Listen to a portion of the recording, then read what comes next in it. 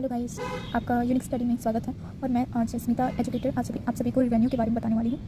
First of all इसका definition देख लेते हैं। तो revenue refers to the sale receipt for a firm by selling the commodity whatever money a firm receives is called revenue.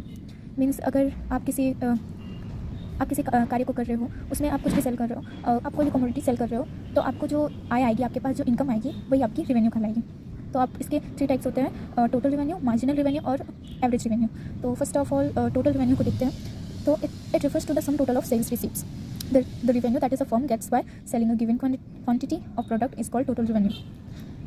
जो revenue आय जो होती है वो सब टोटल मिला के कितनी आय, कितनी इनकम मेरे पास आ रही है, उसे टोटल रिवेन्यू कहते हैं। इसका फॉर्मूला TR बराबर P इंटू क्यू। P को हम लोग AR एवरेज रिवेन्यू भी कहते हैं into quantity. And second one is marginal revenue. Marginal revenue is the change in the total revenue which result from the sale of the more और less unit of the commodity.